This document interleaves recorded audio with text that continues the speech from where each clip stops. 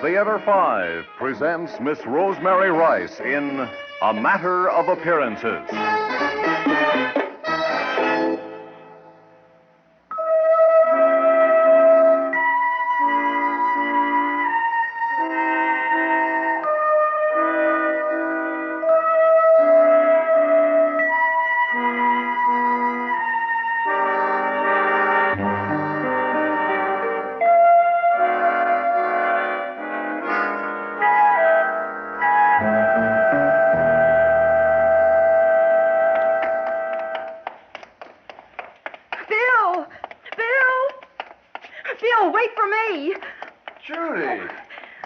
Darling, what are you doing here in town at this hour? Oh, Bill, I was so scared. Oh, now, wait a minute. Hold on.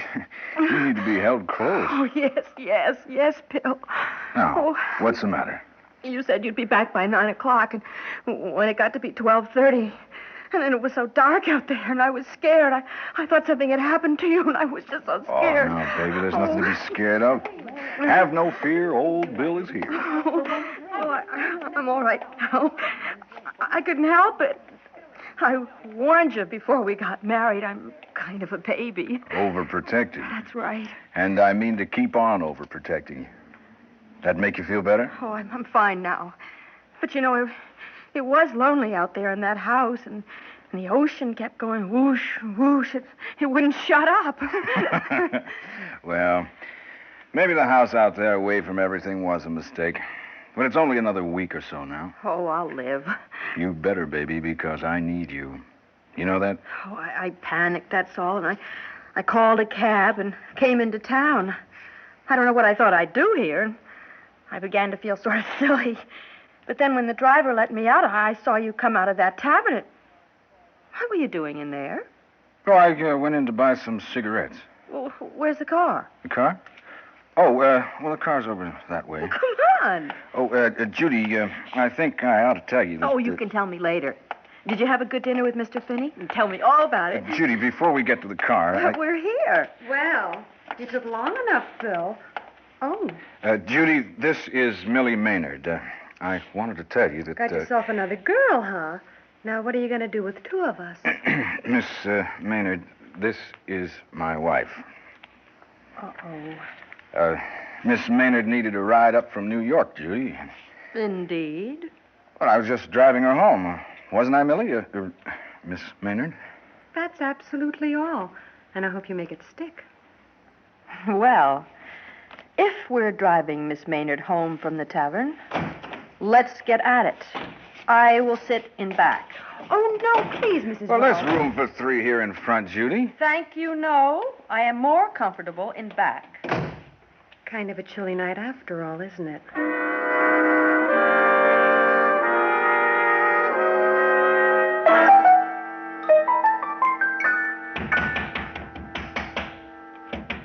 Judy, now, don't be a child. Let me in there.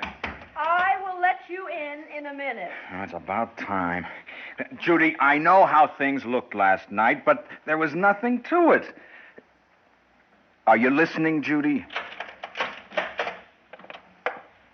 Did you have something to say to me? Now, that girl didn't mean anything to me. Just enough to keep you from coming home like you promised. Well, I told you how it was.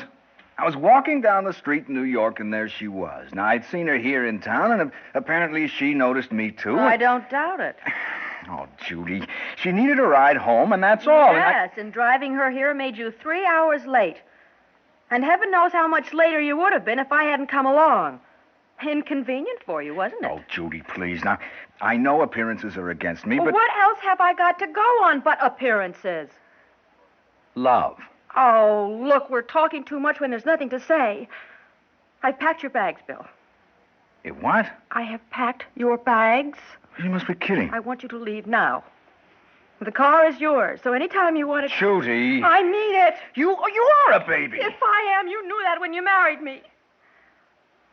Now, listen, maybe someone else would shrug it off, but I'm not going to take this kind of thing. Other women. Now, Judy, it's just the way things look. It's not the way things are. Please go. Well, what are you going to do? You don't know a soul here. I am going back to California where I belong. Oh, no, Judy. Yes, Phil, it isn't what I wanted at all. I wanted what you told me I was going to have. When you got the new job and we had to come east, and you said, well, why not come early and stay in some nice, isolated house by the beach, all alone, just you and I until Labor Day. Well, we've had that. Yes, we've had it 5 days a week, and twice a week you've gone to New York. For dinner with Mr. Finney. Now, it's business. So you said. And so I believed. Oh, Judy. All right. If you hadn't liked being here alone before, how are you going to like it now? With no car, knowing nobody? Now, if you think I'm going to be gallant and leave the car, you're out of your mind. The car is yours. The furniture is mine.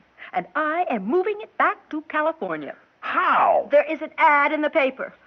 A California moving man is looking for a load to take back with him. I've called him, and he's coming here on Friday. And you? I have a reservation for the midnight plane from Kennedy Airport Friday night.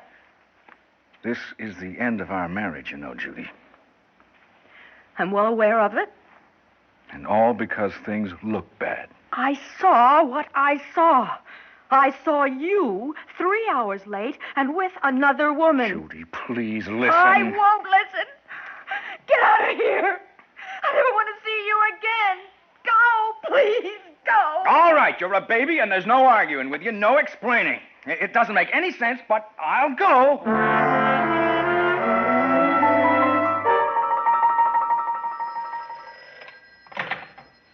Hello? Judy, it's Bill. Now, will you listen to me? No.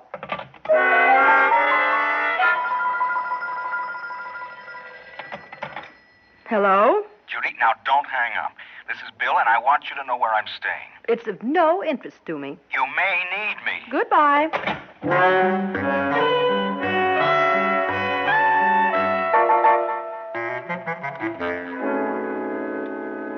Well, that's it, Mrs. Wells. I've got the furniture all loaded. Oh, thank you, Mr. Sennett.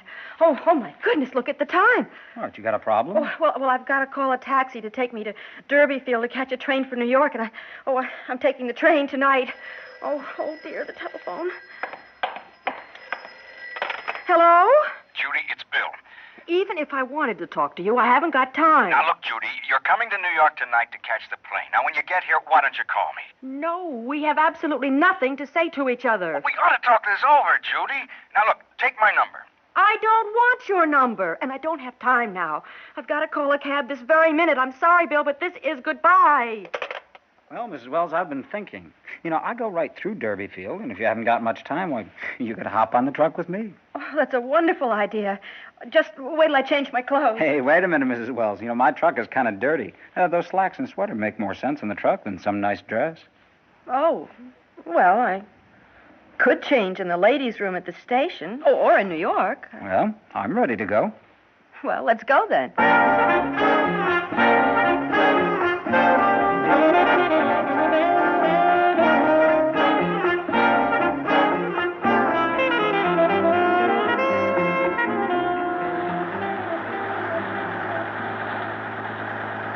Oh, that's too bad. Hey, look at that sign, Mrs. Wells.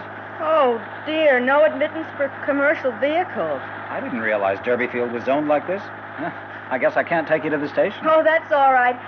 If you'll just let me off by that restaurant up ahead, I'll phone for a cab. Okay.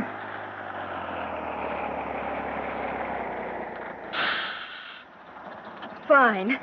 Now, let's see, where's my suitcase? Oh, Yeah, yes. here. Thanks very much, Mr. Sennett. It was a pleasure. Hey, can you get down all right? Oh, easy. Oh, there. Well, so long. So long. Oh, and thanks a lot. Have a good trip.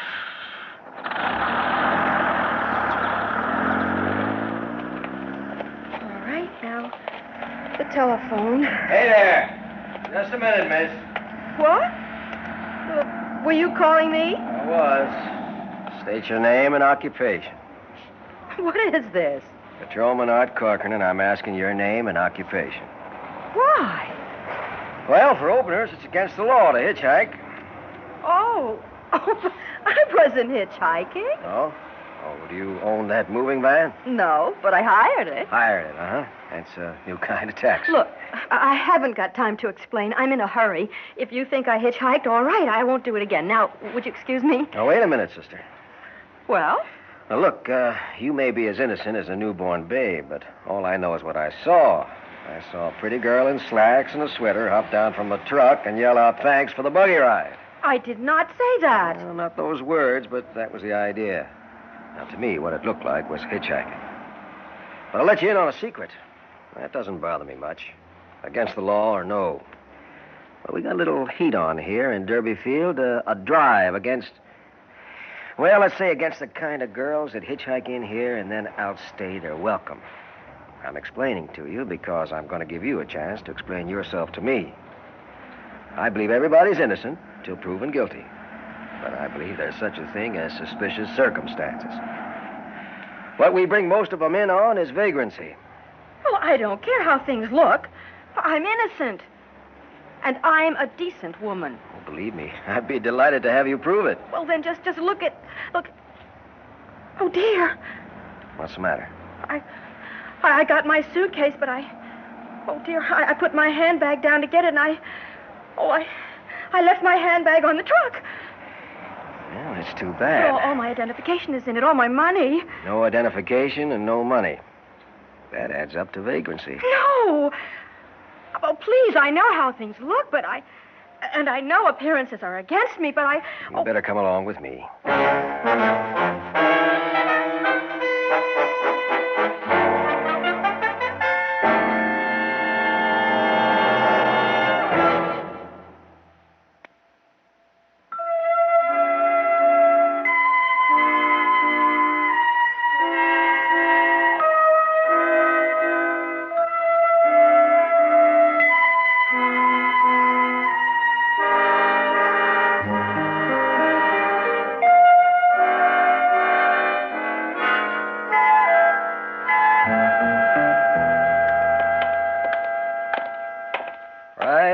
Sister.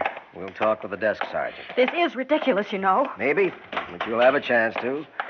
Sergeant. Hello, Art. I have a woman here who claims she's a lady, and maybe she is at that. Hitchhiking. I was not hitchhiking. Let him talk, miss. You'll have your chance. Art? What looks like hitchhiking, anyway, on a moving van that drove off after she hopped out of it. No visible means, no money, no identification, vagrancy. All right, miss. It's your turn. I am Mrs. William Wells, and this is all a mistake. Well, Sergeant, it might be a mistake at that. Oh, sure. She's got an explanation? I certainly have. I am Mrs. William Wells, Judy Wells. My husband and I were staying at a house in Oldborough, just a summer house, and I closed it up today and took a ride with the moving van because I have to catch a train to New York from here. Now, I haven't got much time because the train leaves... Now, wait a minute. Why haven't you got identification? I left my handbag on the moving van. You could say that if you didn't own a handbag. Now, what woman doesn't own a handbag? Women who have been hitchhiking into this town don't own anything until they get started until after they get here. What do I have to do to convince you? I've told you I have to catch a train. Are you going to pay the fare? Well, I'm going to... Oh. Miss, you'd better sit down a minute, huh? Art, want me to handle this? Yes, I'll get back on duty. Check with me from your beat. If I think she ought to be booked, I'll let you know. Okay. So long, Sergeant. Sorry, sister.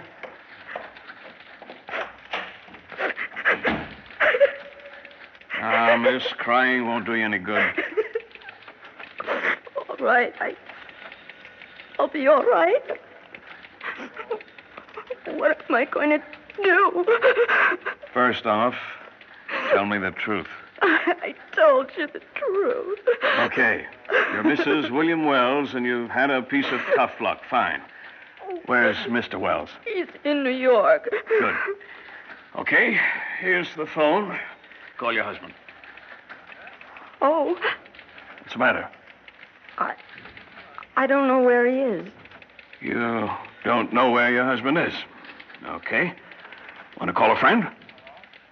I don't know anybody. You don't know where your husband is, and you don't know anybody else. Oh, you're just trying to trap me. I'm trying to help you. I tell you, I don't know anybody. Look, I come from California, and I've got to catch a train, and then a plane, and go back there, and I'll never come east again. I don't know anybody, and I think you're hateful. Do you? You're not dressed like the woman you claim to be, and it looks as if you were hitchhiking. You have no identification. You have no money. You claim to be married, but then you say the husband you've been living with in this cottage is off somewhere, and you can't get hold of him. On top of all that, you don't know anybody else. What am I to think? But that's all a matter of appearances. Oh, please, can't you see what I am? Can't you see that I'm a decent woman? Mm-hmm. I can. What do you mean? Just what I say. Why do you think I haven't booked you? Why do you think a patrolman didn't want me to book you? You've told the fishiest story I've heard in years, but I half believe it.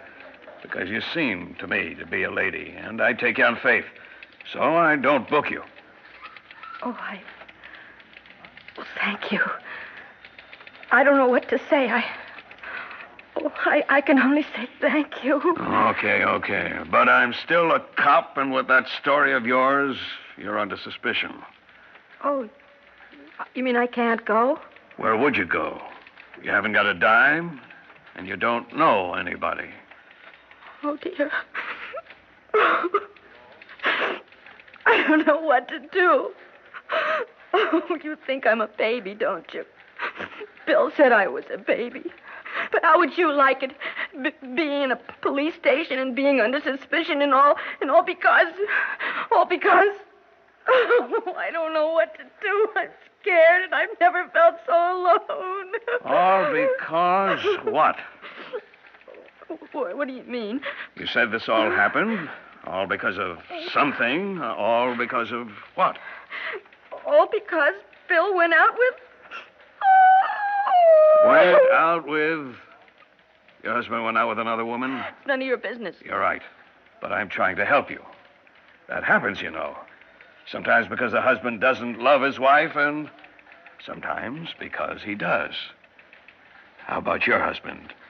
He love you or not? Of course he loves me. He wanted me to take his phone number. He wanted me to know where he was in case I needed him, and...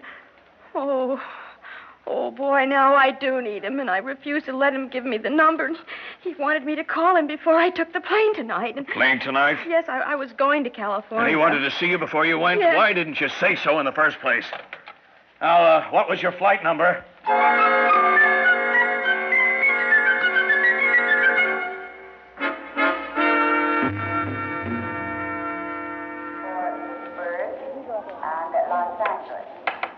Excuse me. Yes?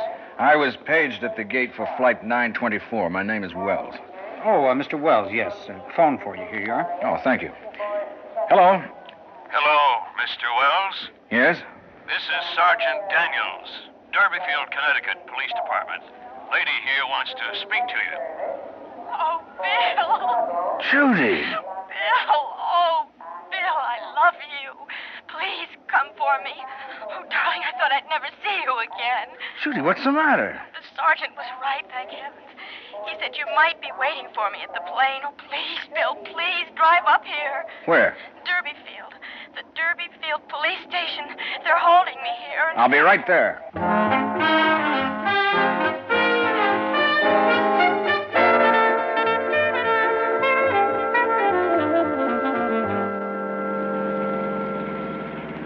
Oh, Bill, Love you, Judy, darling.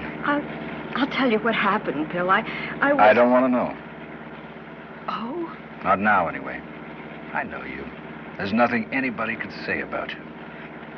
Bill? Hmm? I'm sorry for the way I've behaved. Well, the fact is, Judy, you weren't entirely wrong. I mean, she was a pretty girl. I don't want to hear about it. No? No. I know you too, Bill. And I found out something. It's wise to take people on faith.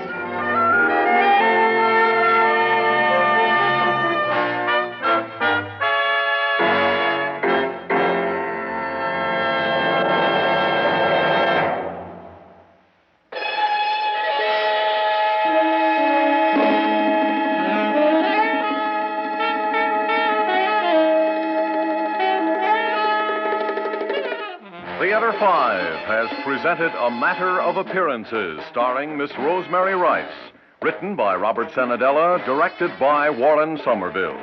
Featured in the cast, Stan Watt, Peter Rattray, Jim Stevens, Gilbert Mack, and Michael Lamb. Script editor, Jack C. Wilson. Original music by Alexander Vlastotsenko. Orchestra under the direction of Glenn Osser. Executive producer for Theater 5, Mr. Lee Bowman. We invite your comments. Write to Theater 5, New York 23, New York. That's Theater 5, New York 23, New York. This is Fred Foy speaking.